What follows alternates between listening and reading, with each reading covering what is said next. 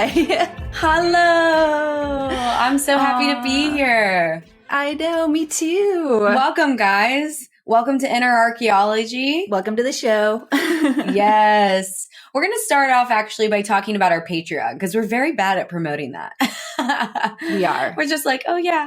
But the Patreon exists. It's at patreon.com/Inner Archaeology. And it's a place where we're going to put some episodes that we kind of want behind a paywall. They're a little bit riskier. They're a little bit more personal, but also I think they're a little bit more free flowing, right? They don't necessarily have like a fixed kind of stripped down. Yeah. They're a little more raw. Yeah. So if any of that sounds good to you, then you can find us there. And there's a bunch, we're uploading 2 every month right now, every other week, basically. Yeah. Look at us. So check us out there. And also your $5 a month supports us in creating content and doing the things. And we appreciate and value that tremendously. Yeah. Good job remembering to do that. Thanks. It's like the first time. It's the first time ever. Yes. So you, my friend, are a married woman. Yes. How does that feel? It feels so good. Yeah. It feels so good. I feel like Ben and I have been like in this little like bubble in the clouds ever since the wedding. It's really amazing. Yeah, I don't know. It's just so good. It feels so good.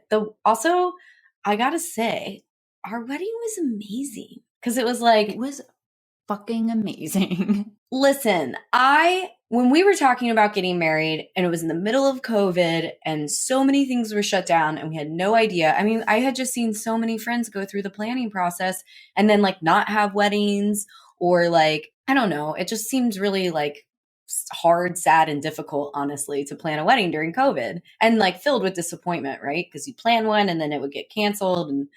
And so we picked Mexico because it's been open the whole time. And we're like, well, it's open. And I guess now we're having a destination wedding, which quite frankly, like didn't really feel like Ben or I to have a destination wedding, you know? Sure. Yeah.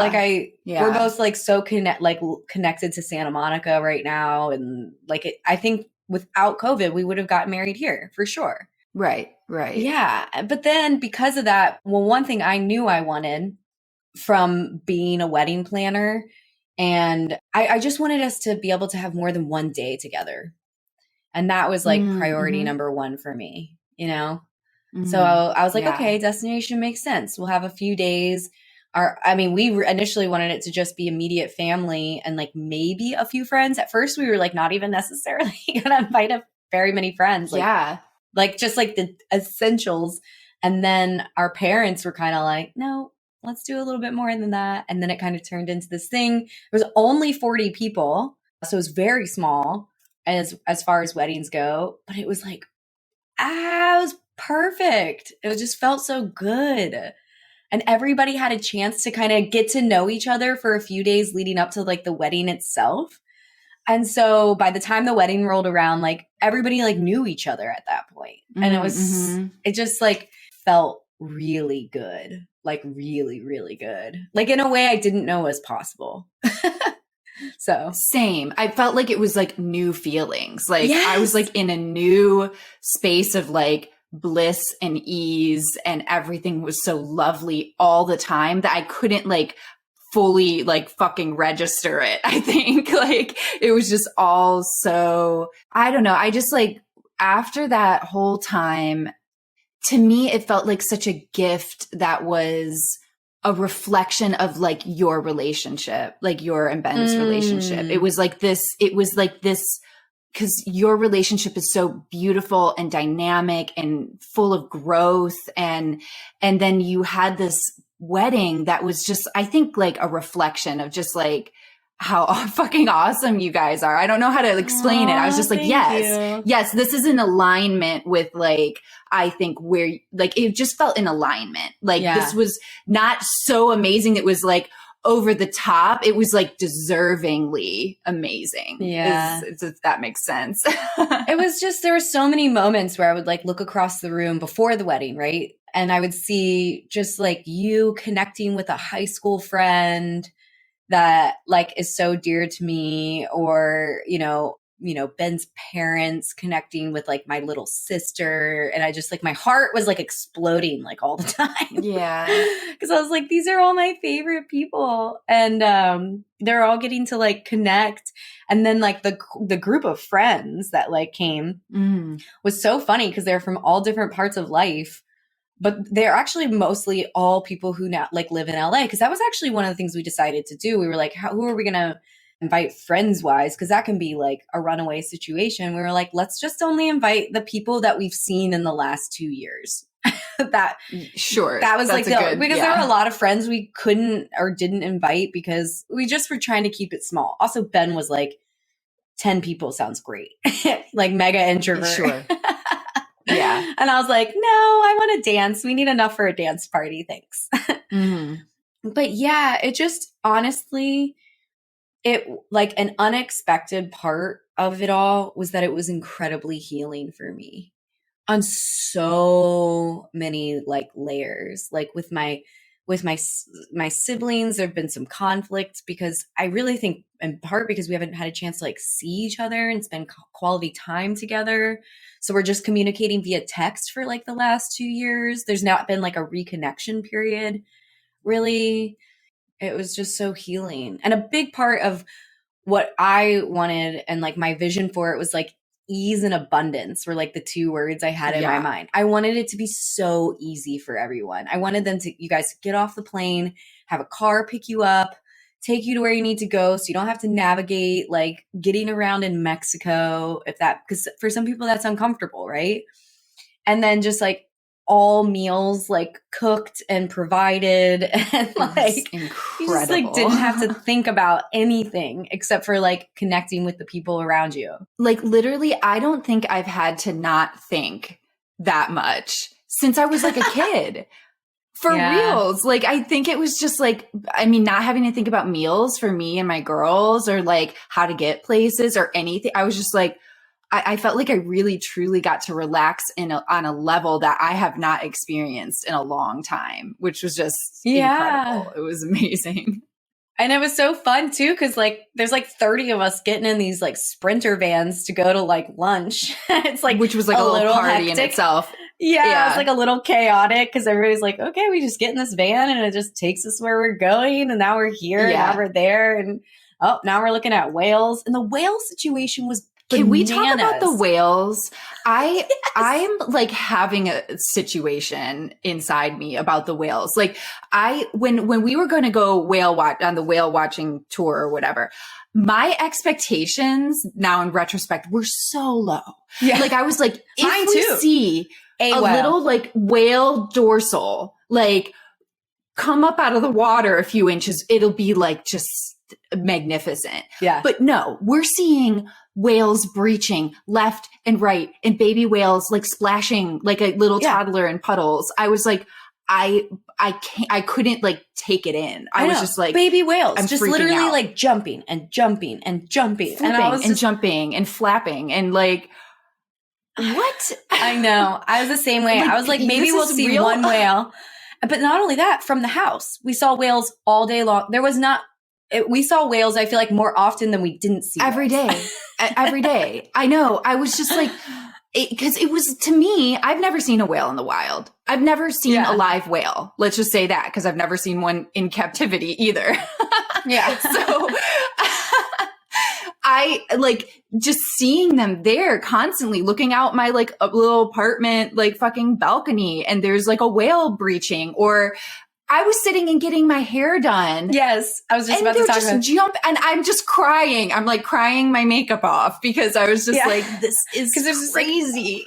Like a baby humpback whale literally just going bananas right outside the house while we're getting ready. I was like, what is this? It was so what is going on? Freaking magical. Like I just had no idea. I had no expectations. I thought maybe we'd see one whale the entire trip and that would be pretty cool. Would be glorious. I had no idea. So for whatever reason, like I think I had in my head, I don't know why, because I know like baby animals of all different types are playful and silly and goofy. Like videos of like baby elephants, like running, flopping around and being goofy. But I never ever really consciously thought about a baby whale. Like, and how does a baby whale behave? Yeah. And so seeing this baby whale just stick its little tail above the water and just like slap the surface of the water over and over and over again, I was just like weeping with joy. I was like, it's like a toddler. And I just like can't even, it was so incredible. And I just was like amazed with the entire world. And like, I was so blissed out. It was just, I know. Wow.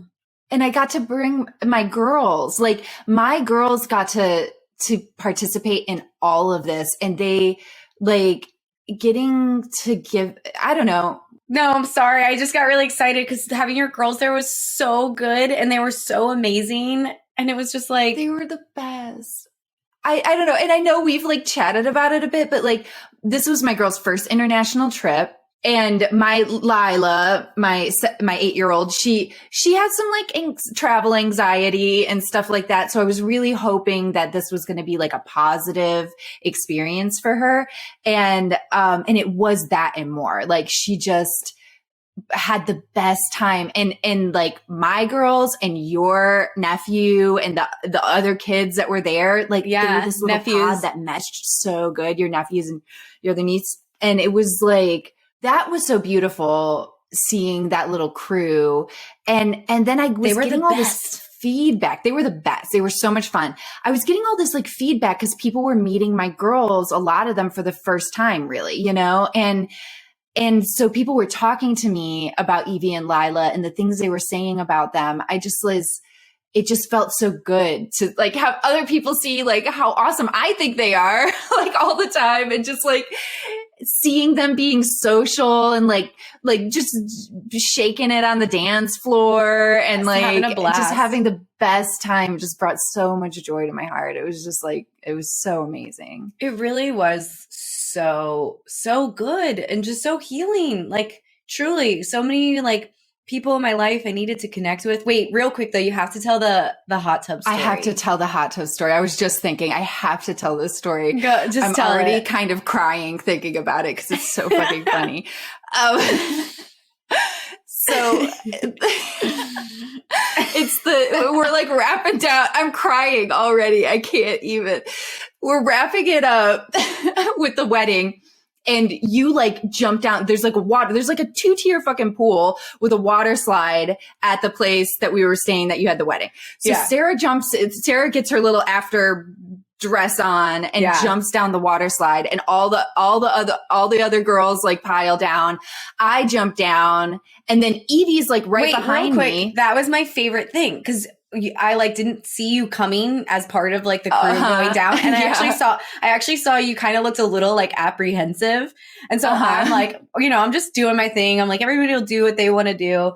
I like am in the water, which by the way, I hadn't gone down the slide before, so I didn't know how deep it was. I was like, oh, you can't really stand. Surprisingly deep. Yeah. So you had to like actually like legit swim to get out of like, the dress. Yeah. And so you're in deep water at the bottom of the slide, and people are just like coming down like on top of me. And I'm like, oh my God, I gotta get out of here. And then I'm like looking back, like trying to get out of the way so I'm not like hitting the head. And you like come down the slide. I'm like, Emily! I'm like screaming. I know. So I go down and I didn't even see. You're like slightly like, you're like, yeah, of course I'm here. Like, I was like, yeah, fuck yeah. I missed like, because I think you guys went down first and then you went down a second time. I missed the first round because I don't know what I was doing. But I was like, when I saw you guys were going down the second time, I was like, oh, hell yeah.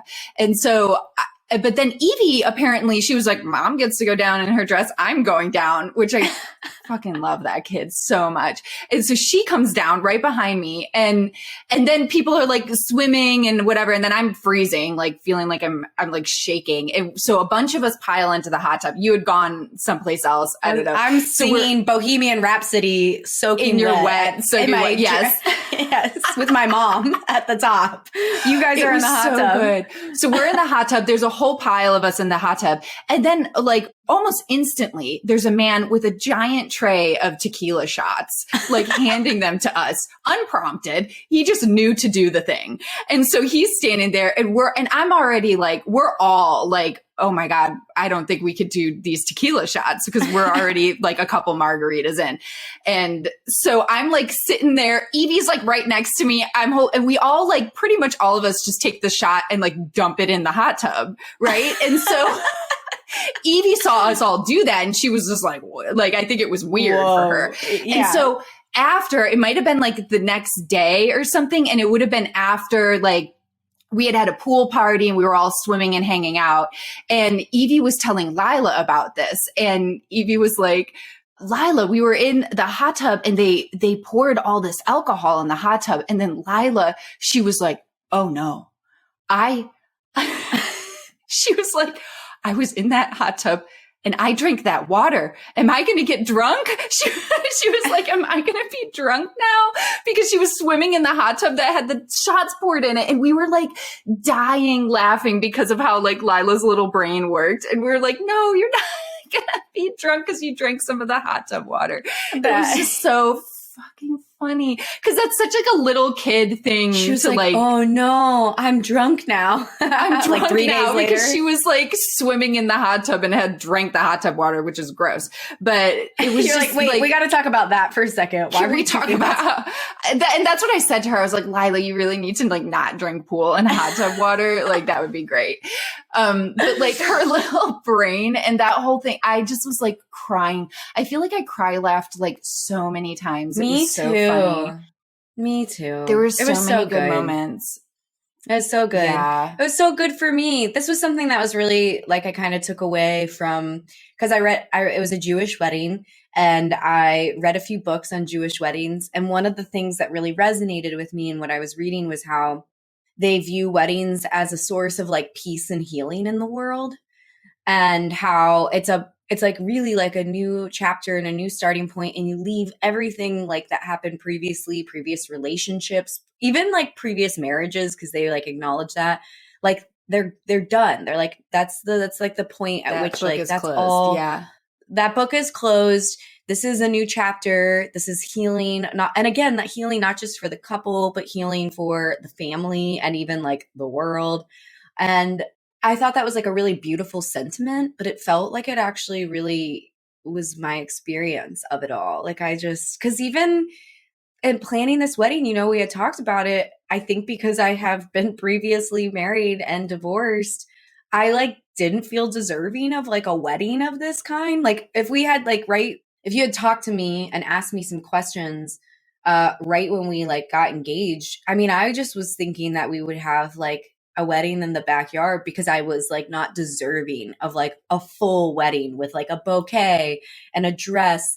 And it was so healing. I don't know. It was just so, first of all, I like look back on that and I'm like, geez, Sarah, like I wouldn't think that for someone else. It's so it's like such a classic example of how we think these things for ourselves, but not for other people.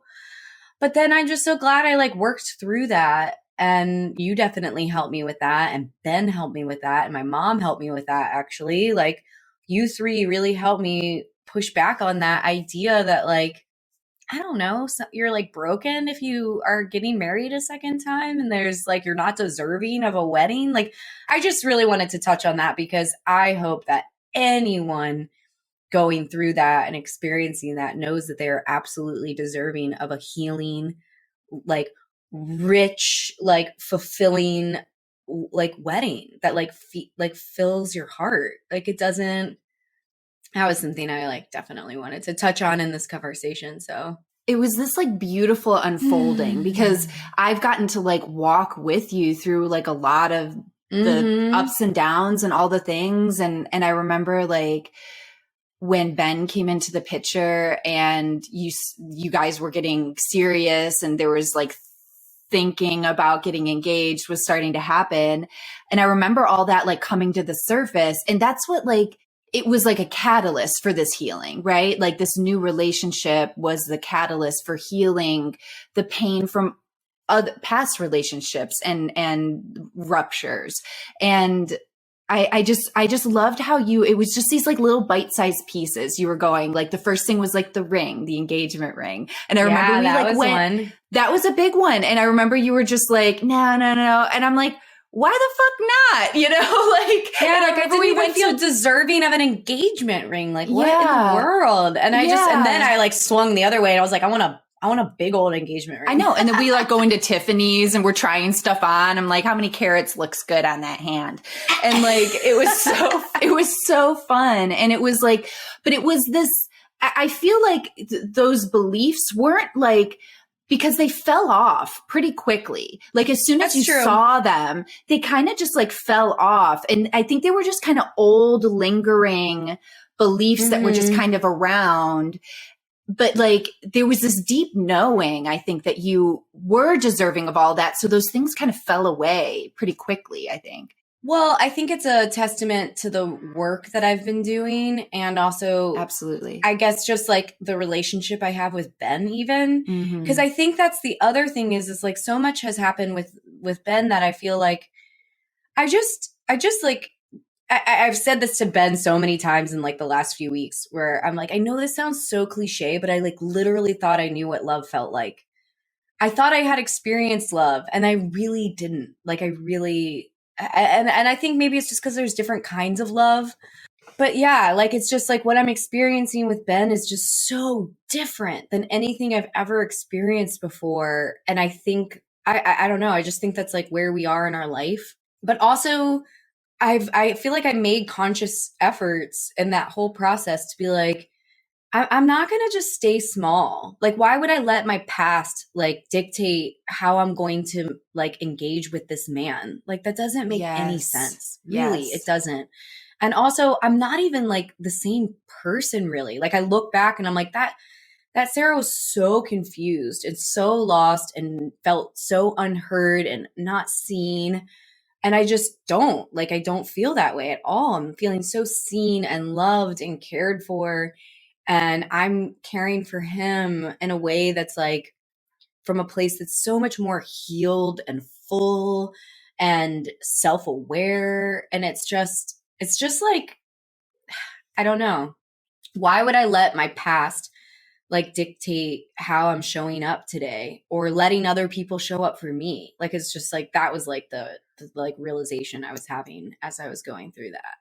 Absolutely. Like your relationship with yourself, your love for yourself, your own healing is reflected in how your relationship with Ben is showing up and for Ben too. Like, and it's this whole idea, like, you have to give yourself the love that you want, like first, before like you're going to have that love from somebody else. It doesn't like this true love that we all are, that is like this beautiful thing that we all want has to like, it's going to be mirrored, you know, there's all this like mirroring that happens in our relationship. So seeing how you like have gone on this like massive healing journey, it just like makes so much sense to me that like you called in a relationship that was going to be mirroring like your growth, your love for yourself and all this stuff. And I even remember in the early days when you were like hashing through some of like the old stuff,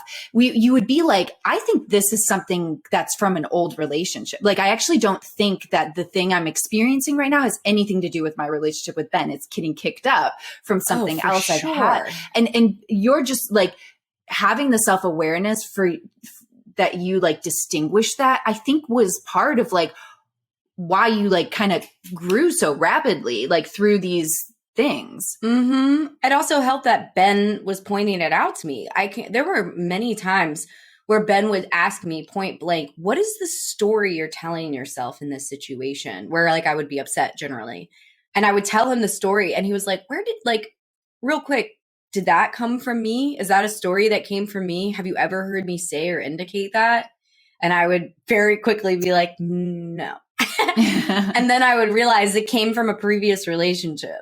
And I was like, And he was so good at catching it and pointing it out in like a loving way where he was like, that's not my story. And I don't know. It was helpful. It was so helpful to have someone who could like that's just like one of our favorite questions is like, what is the story you're telling yourself right now? Yeah. Because it's like so valuable. Without that, you're assuming if you don't ask that specific question and you're having a conversation or even like a conflict with like two different stories. And so you're not even coming together anywhere. With the same like information. Exactly. You're not, And so how can you have a productive conversation? That's exactly it. It's like, that's the antidote to when you're in like a conflict and you're feeling like you're just missing each other. It's like, because because you're both on completely different planets with the stories. And that one question can offer like a ton of clarity into the situation. Like, I think it's an incredibly potent, valuable tool. Totally. Wait, can we talk about the ceremony? Because having you there as our officiant was like the most incredible, like, that was another thing that I like felt really strongly about is I didn't want some like clergyman or somebody who didn't know us. I wanted the person who knew us like the best. And that's you. Because you've like literally like sat there while we're all three crying. I know. Trying to like get to the bottom of things. And I'm like, that's the person we want like bringing us together and like joining us as husband and wife. Like not some person who's going to put on a performance. And so it just like when I was like up there and it was like Ben and you, I was just like, this sounds like, it just felt so right and comfortable. And I got like mega like tunnel vision. Like I was worried about being nervous and Ben and I both had the same concern about feeling like it was like a performance and really wanting to just focus on each other. But I felt like I just got like mega tunnel vision. Yeah. And all I saw was like you and Ben. And it was like, I was super present. I felt the same thing. And even when like me, you and Ben kind of connected afterwards, we were all saying that because I was nervous too. Like I was like, I'm like, I've never officiated a wedding, let alone a Jewish wedding. And like, I was just like I was so excited to do it. And I felt like special and like loved and seen by like being given like this gift of being able to be part of this like really special moment. But I was definitely nervous and I was up there. But like the same thing happened to me as soon as the two of you were up there and our faces were all just like right here together. Yeah. Just like, and I felt like a huddle. I literally felt like everything else, I felt like it was just the three of us. Like everything else kind of went away. And I even had the ceremony written like as if I was going to be talking to like the general audience.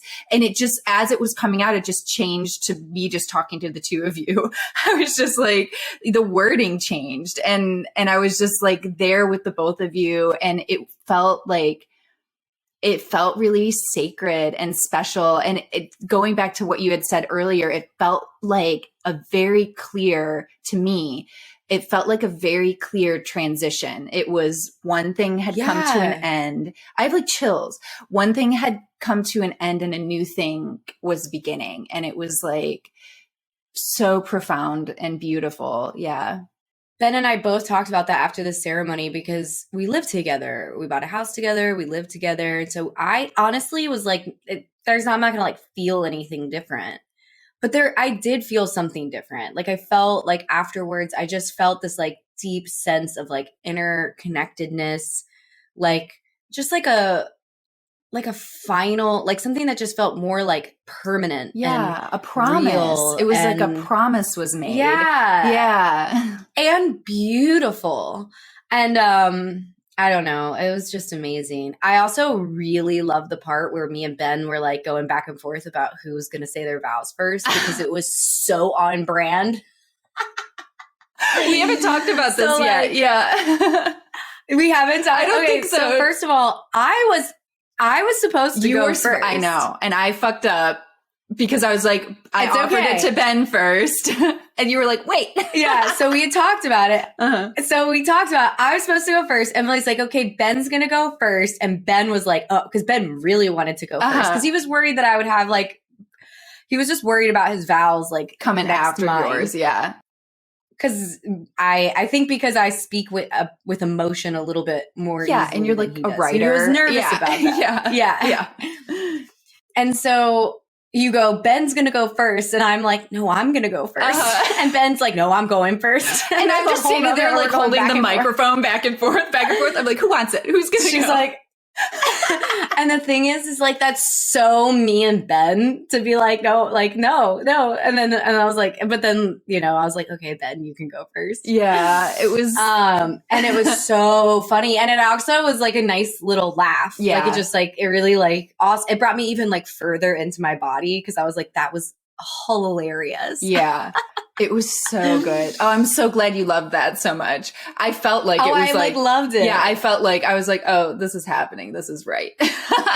Yes, I love that because also it was just like so human, right? Yeah. It was like it was just so much more real than like getting everything right. Like I loved it. I thought it was amazing. I actually watched the recording of it and I replayed that part like 3 times because it made me laugh. So it made me like cry laugh. Yeah. Oh my God, I love it. Oh, it's so special. It was really beautiful. It was good. And I think, yeah, I do feel like the whole time, like, because that was my hope for you guys, that you would be really present and like really grounded and like in your bodies and able to really digest and experience everything instead of like being in high beta and like missing it, you know, or whatever, and being stressed. And I really feel like that happened. Like I actually felt like Ben being so present in like a really intentional, beautiful way. And like you were there and calm. And it just like, it felt really good to be around such intentional, like it was really intentional energy. Like everybody was like really there. It wasn't. When I started to read my vows, the first line went something like, I'm so grateful for everything in my life that brought me to this moment. And like I heard my two of my sisters and my mom all go, Yeah. like everybody's like made like sob noises like behind me. Oh. And I was like, oh, it's happening. And so like in it, I'm like, yeah. Oh, because they know the story, you know, they know my story, they know my struggles, they know how big that sentence is. Yeah. That sentence was not just like there was so much behind that sentence, you know, like the literal like pit of despair I have crawled myself out of to get to where I am today, right? And they were just like, and I was like, ah, shit. I was like, oh man. And so I was like, I had to like stop. It was like first line. I was like, so. Oh my God. It was so funny. It was incredible. I know. There was at one point, I don't know, I was saying something and I like connected with your eyeballs and I saw like your tears like well up and I was like, oh God. I was like, there was all of that like bouncing, like beautiful. It was just this like bouncing energy that was like coming through. It was so tender and lovely and honest. And it was real and present. It was just the most beautiful fucking ceremony or anything that like, it was incredible. We've heard so many people say that because we streamed it for our family who couldn't be there. I mean, so many people have like reached out to us and they were like, I mean, and our friends that were there, like, you know, so like one of his guy friends was like, I gotta admit, cried during your ceremony. It was a tearjerker, but it was because it was like, we just tried to be super honest. Like, I mean, even in my vows, I acknowledged, I'm like, something that Ben and I share is that we've overcome like some pretty like dark times. And I like admire that in him. And so we talked about that. And all the people that are there, like, know that. Like, they were in our lives. They've seen it. They've been there. And I think that was, I don't know, that was important. And then I think one of my favorite parts was the first dance. We have to talk wish about I could this. Like bottle that bottle. I wish I could like bottle that moment up. I like literally lay in bed at night and like replay the first dance. I've like done it. How it felt. I've like replayed it because it was so fucking beautiful to watch. I just like it. Okay, can we talk about the whole thing? Can you tell the story? It was just amazing. Okay. Yeah, I was like, we need some context. Yeah. So I had a song written for Ben for our first dance. And it was I'm like obsessed with this song. It starts out, I met you one day at the greens. I fell in love with your rope climbing in the rings. And it goes into we're hustlers, we're jokers, we're always yelling lokers. I mean, it's like the song is just like, I didn't know how this would go down, right? Having a song written. I'm like, will this be cheesy? Will this be lame? Like, will this hit home? And then this songwriter, her name's Camille Thornton. I need to reach out to her. I've been waiting to have the video to share with her. She just like crushed it. And then I also had her write. I was like, this song is so good. It's like a song I would legit listen to. In fact, I actually would like hum it. I get it stuck in my head. 6 months before the wedding, keeping it. I would like catch myself humming it and like, but in front of Ben, and I'd be like, oh crap. And then also one time we got in the car and it turned on real loud and I was like, ah, and I like turned it off. And he was like, what was that? I was like, I don't know. It was too loud. I didn't like it. Oh my God. I didn't know that. That's like, hysterical. Oh, you didn't know that? Oh my God. So keeping it from him was like really hard. Keeping it from him was like actual torture for me. So difficult. I was so excited. And then, and not only that, but I didn't want him to get too attached to whatever first dance song we picked. So we picked an Al Green song. I can't even remember which one it was, but when we were picking our first dance song, I was like, just pick it. Oh, yeah, that's great. Moving on. He was like, don't you think we should put a little bit more into this? And I was like, no, it's fine. Not a big deal. We just need to like it. Can we dance to it? Boom. Done. Now it's our first dance song. I was like, there's only like 10 dance songs you can choose from anyway. That's so like joking. Funny. And so he was like, okay. In fact, it was like so obvious that like now that he knew, he was like, that makes so much more sense. Cause I was like, what are you doing? So weird. Yeah. And then the girl, when she wrote the first song, cause there were a few iterations, I actually had her add a few 8 counts to this song.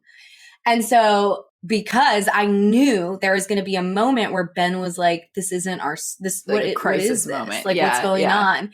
And like total confusion. Right. So we're getting ready to do our first dance. Also, like the time when we're doing our photos, he wanted to go down for like cocktail hour. And I was like, we don't have time. We have to do photos. Because I put on everybody's plate on the table a little card that said like, our first dance. Ben is completely unaware that I've had a song written for him. Would you please join in yelling lokers with me in the third verse? Because this is something we do often. Like Ben literally will like across the house just go lokers like as loud as he can. It's like I don't know. It's just a thing that we do every day. And so anyway, so we come down the stairs. I'm so excited. I'm gonna cry. I'm so excited for him to hear this song. And we're starting to dance. The song is coming on, and I'm like, Ben, I had a song written for you for our first dance. And he's like, what? It's like literally exactly as I imagined it. I'm like, our first dance song is a song I had written for you. And he's just like, what do you mean? And it's like, I'm like, I need you to just like take it, like just like take it in and really listen to the words. And he's like, well, okay. And then the first song is I Met You One Day at the Greens. And he goes, oh my God. And I was just like, yes. And so then we get like, I mean, like literal, like actual bubble, like forms around us. I only see and feel Ben where like, and I'm like kind of like singing a little bit of the lyrics to him so he can like catch all the words. And then it's like, we're hustlers, we're jokers, we're always yelling. And Ben like didn't miss a beat. And he goes, lokers! And everybody. And at the same time, everyone screams, lokers! Like as loud as they can. And he just is like, what in the heck? Like, and then we go like right back into our bubble. And I'm like, all the words. And I mean like, the song is like, remember that when you didn't want a dog, now we've got a buttloo to play in our backyard. Yeah. And that's what we call Loki buttloo. He's like, how did you work in like buttloo into a beautiful like, really? Fucking song. Yeah.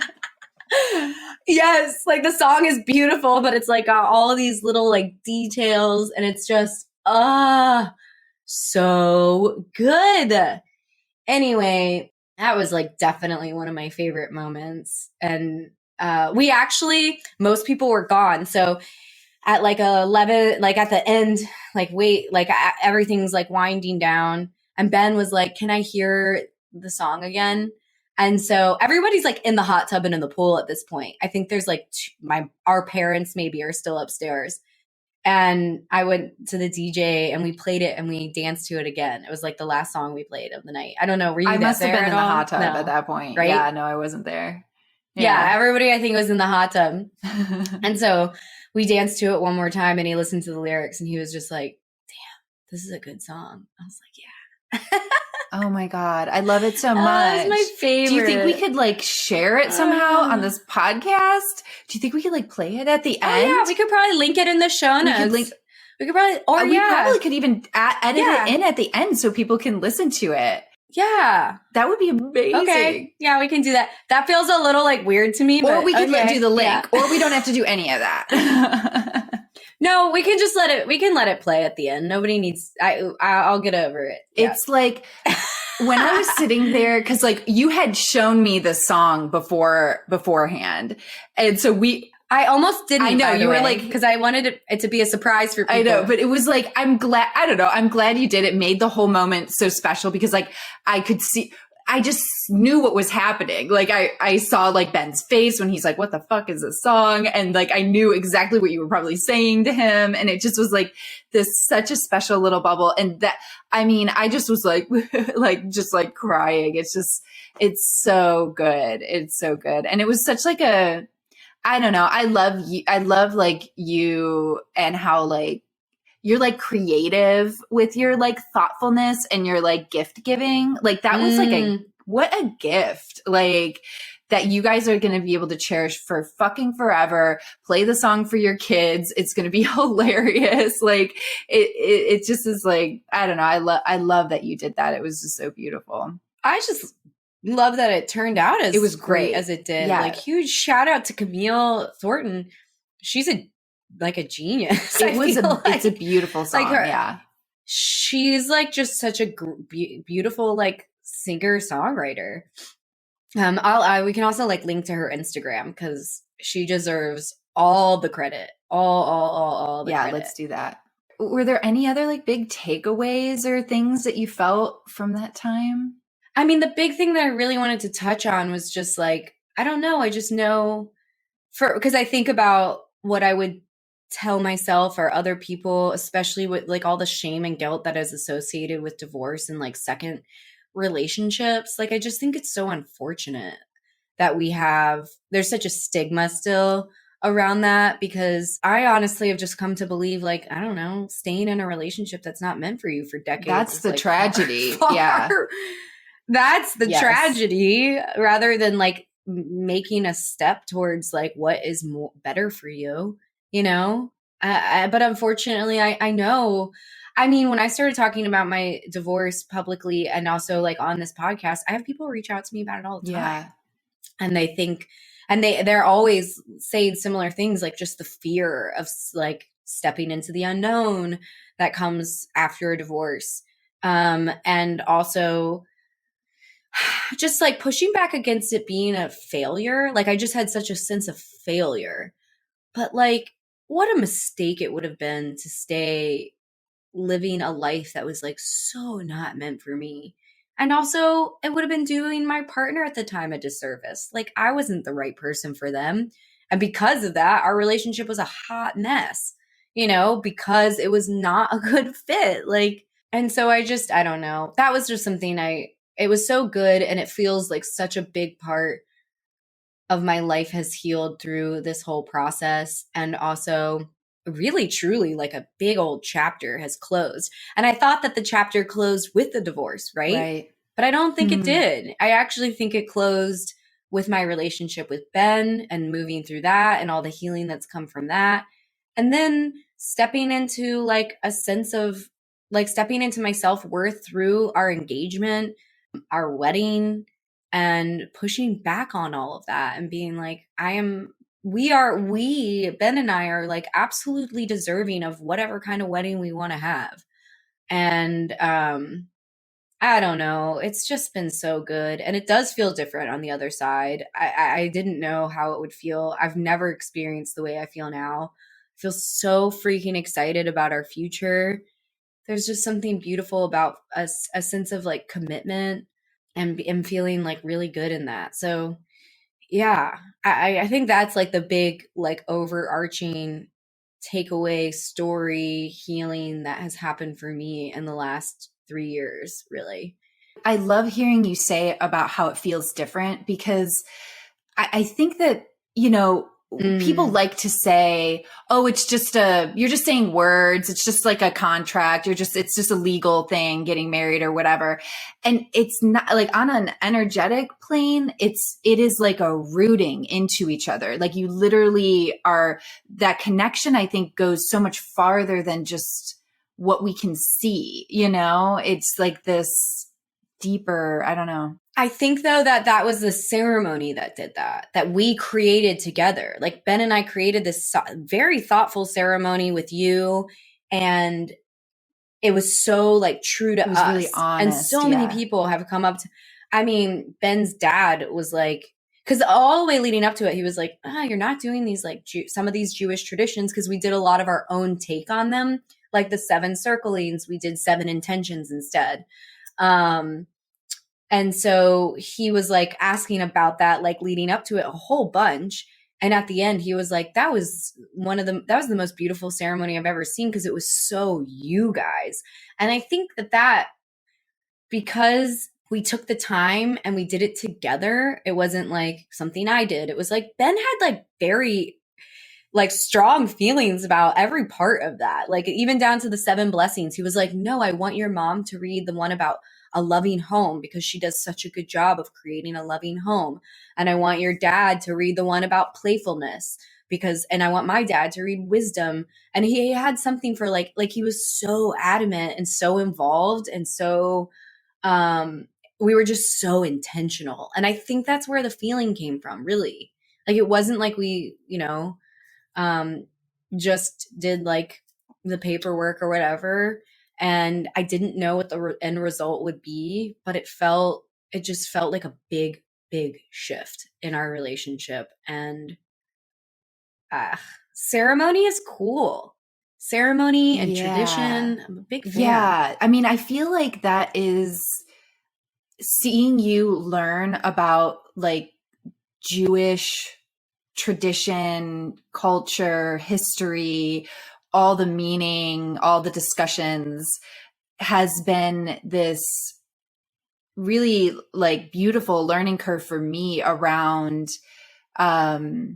seeing the value, I guess, in traditions and in ceremony. I don't know. I think that there I'm sure was a bit of a bitter taste in my mouth around like stuff like that, because I don't know, I maybe felt I just had different experiences with a version of those things, and seeing this really honest, personal, like so true to who you guys were, example of ceremony, tradition. That's what I say when I said like it felt sacred. It like that's like the best word that I can use to describe. It felt real, honest, reflective of who you were, and it was like this sacred little bubble that was created. It was amazing. It's actually, I'm really glad you said that, because something that I had to work through in this like whole healing journey is I had like a major resentment of like the institution of marriage after the first time I was married, because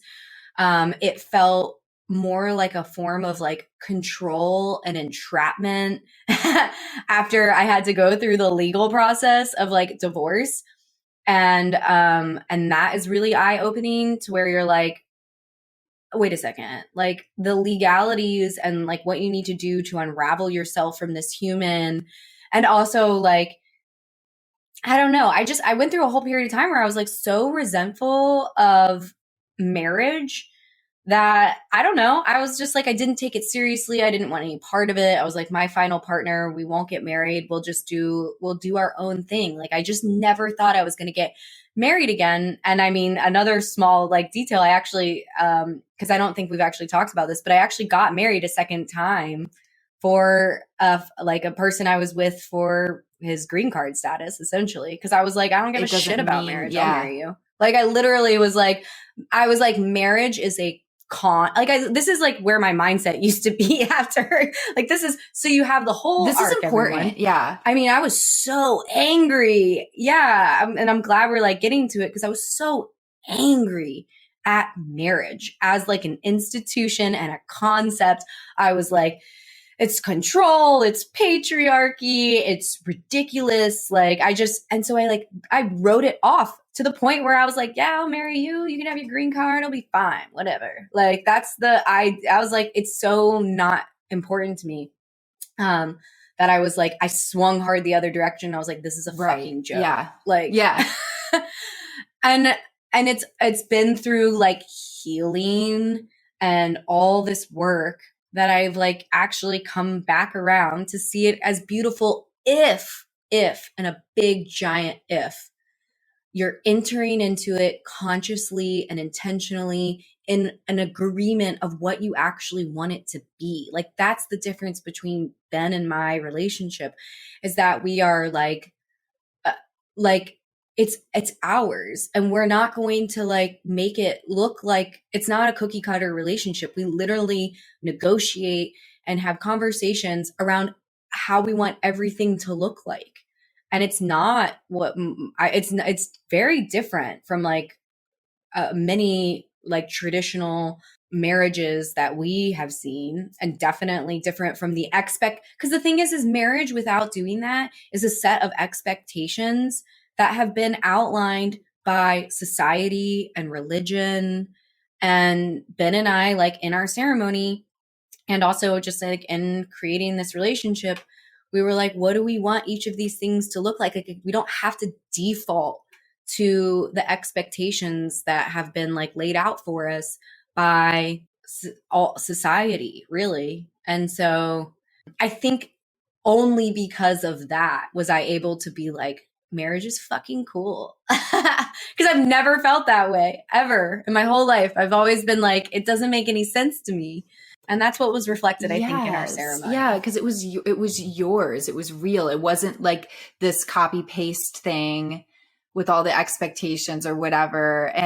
But I do think, I think it's like worth saying, because I'm sure there's people that are going to be listening that are in that really resentful, angry place if they're in divorced or in that phase of life. And I think it's worth saying that's important. Like, that part is important. Just like, I mean, I'll say this in many different areas, that the anger portion is an important thing to go through, because it helps you reclaim your power.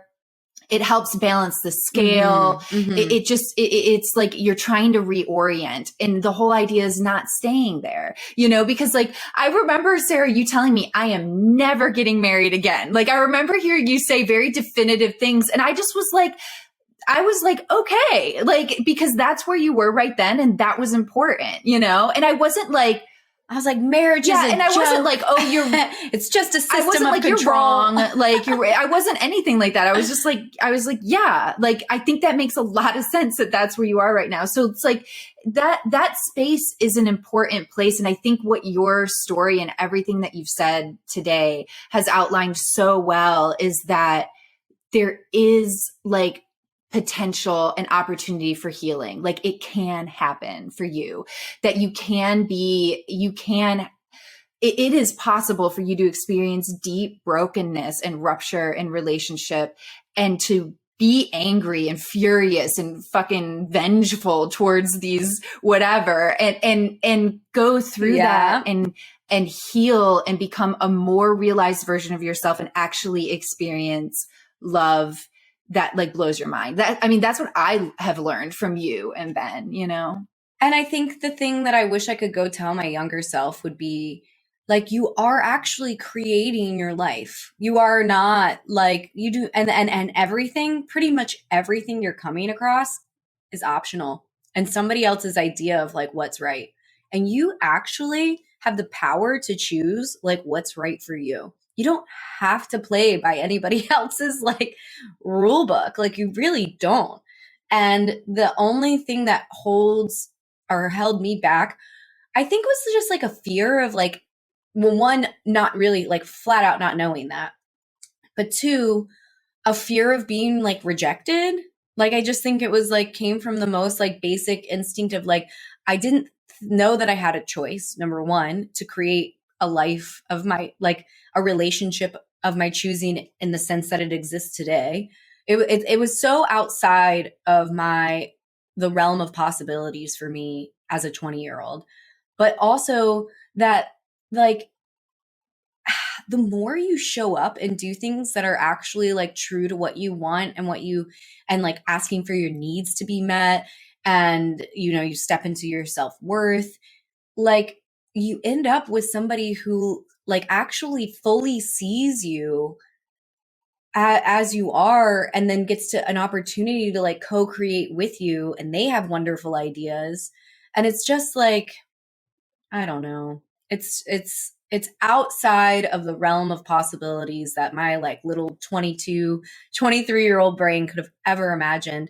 And if I had known, I would have never gotten married in the first place. Yeah. The first time, because I would have known, I would have known better. I would have known how out of alignment I was.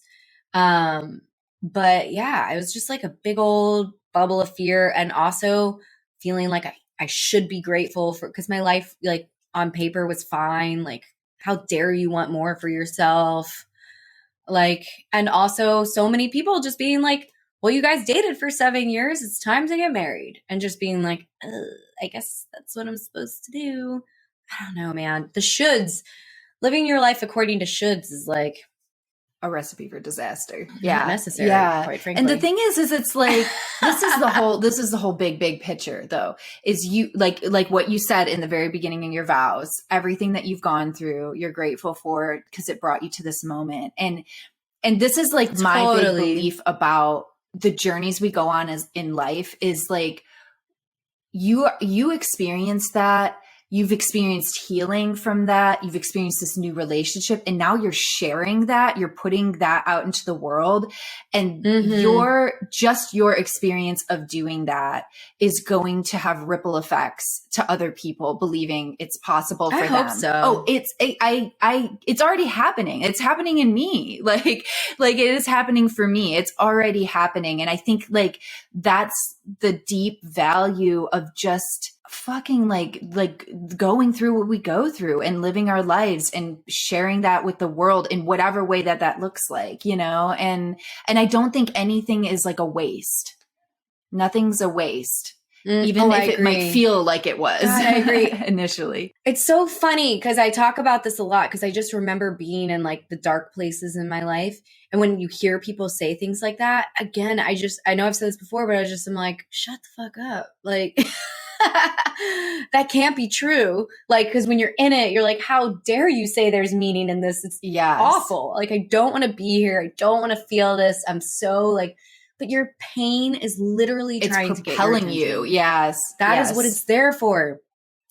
Your pain is your catalyst for change. It's the thing that's like, pay attention to me. You have to look at this. You have to make a change. We cannot survive here. We're going to die. Like, truly, like that's how bad it was for me. Like my soul was like, we are dying unless you make a change. And it's just, when you come out on the other side and you look back, you're like, oh, that was all there. That all really did have a reason. And now I know how to like integrate it into my experience with nothing but like compassion for my old self, who was really just trying to figure it out. Like, that I don't know. I know. I'm like crying. Fuck. Like that, like having compassion for a version of you that you once resented, or you were once disappointed in, or angry at. Yeah. Or hated. And like hated was the word. Like, having compassion for her, all that she went through, all she like withstood, how she like did what she knew to do to like survive, like that. And I'm just like, fuck, like I have been like, so I can't even begin to tell you like how I have been like, because I've always seen you with such love and compassion, and how much I've been wanting and desiring for you to see that love for Sarah, for past versions of you. And like, here you are. And I'm like, fuck, it's like happening. You've been a huge part of that though. You've been a massive part of that. There's so many elements of myself that I've just like pure, like full on like hated. And you were like, actually, that's like a really cool part of you. And I'm like, yes, so. yes. And the thing is you need space and distance to see it all. Like you're not going to see it clearly in the midst of it. Like you just can't. And I think that's like a good reminder. And that's what friends are for. Yes, definitely. Yeah. You know, like I feel like I've been doing that with you where I'm like, I know you can't see this right now, but you are going to be so proud of yourself. And you're like, okay. And I'm like, I trust you. Okay. Like I trust you and I know you're not lying to me. Yeah. But it's true. Like when you're in the midst of crisis, to remind yourself, what I can see is through a pinhole right now. 'Cause I'm in fight or flight. Like I'm in just like, I can see through a pinhole right now. And it's just like survive. And to remind yourself that like, you are going to see bigger and you can trust the people around you that know that loves you and have like your best interest in mind, you know? This is so good. I'm just like hoping, I don't know. I'm glad that we are alive now and that we're pushing back on these things. 'Cause I think it's important. And it's the shame and fear and guilt and all that stuff keeps people so small, including myself. And, it's just not how we need to be. I love it. I actually feel like we could talk a bunch about like origins of like, I don't know, hearing you talk about the feeling like the end of your marriage was a failure. I feel like there's so much there, like origins of like, why does that exist? I feel like that would be fun to unpack someday. 'Cause that's a value we have. Where does that come from? How does that manifest? It's just like why it's obsolete in a lot of ways. It's also not something Jews believe. This is the another culture of amazing Judaism. thing. Yeah. There's like actually in the ketubah, there's like what happens when and if they get divorced. It's like it's just so much. I don't know. I've been so like, it's blown my mind because I didn't realize sometimes what feels like what everyone thinks is not what everyone thinks. You know what I mean? Like I just moving through life thought that was like what the whole world thought. But then I'm like, no, it's actually largely like the Christian world. Like there's a whole group and it's just, I don't know. It's just been surprising. Amazing. So. This was so good. I am so glad we got to talk about this and share it with everybody. It was just the most wonderful, wonderful experience. Yeah, it was very healing for me. Well, thank you guys for being here. I have to say it's interesting because something that I've noticed is that something I've been really like coming to like realize is I definitely have a belief around feeling like if I'm being like the center of attention or something, that's like gross. And so talking about this actually and celebrating how far I've come on a podcast or something that's like kind of public, actually, like I can still feel the twinges of resistance to it initially because it touches on those like core beliefs, right? Like it's interesting. And so I'm like actively pushing back on it by just like sharing that and us having an entire podcast devoted to like how healing my own mother was for me. Like I'm like, I think like I really believe like what's going to happen is by you because it like I get all of that. I see that so much. And I think people are just going to like fucking love like hearing this story and are going to resonate it. You're going to be an expander for people. And because it's like sharing in your joy. I mean, it's so easy for us to like commiserate with each other in our misery. That is widely socially acceptable, but it isn't so much like sharing in joy. And I would so much fucking rather I'll hear people's pain all day long, but let's like talk about our joy. Let's talk about our fucking wins. Let's talk about our success. Like, and I love sharing in your joy. It brings me joy, like so much. It was fun. Well, that was fun. Thanks for letting me do that. Thanks for doing it. And till next time. Yes. Bye. Bye, everyone.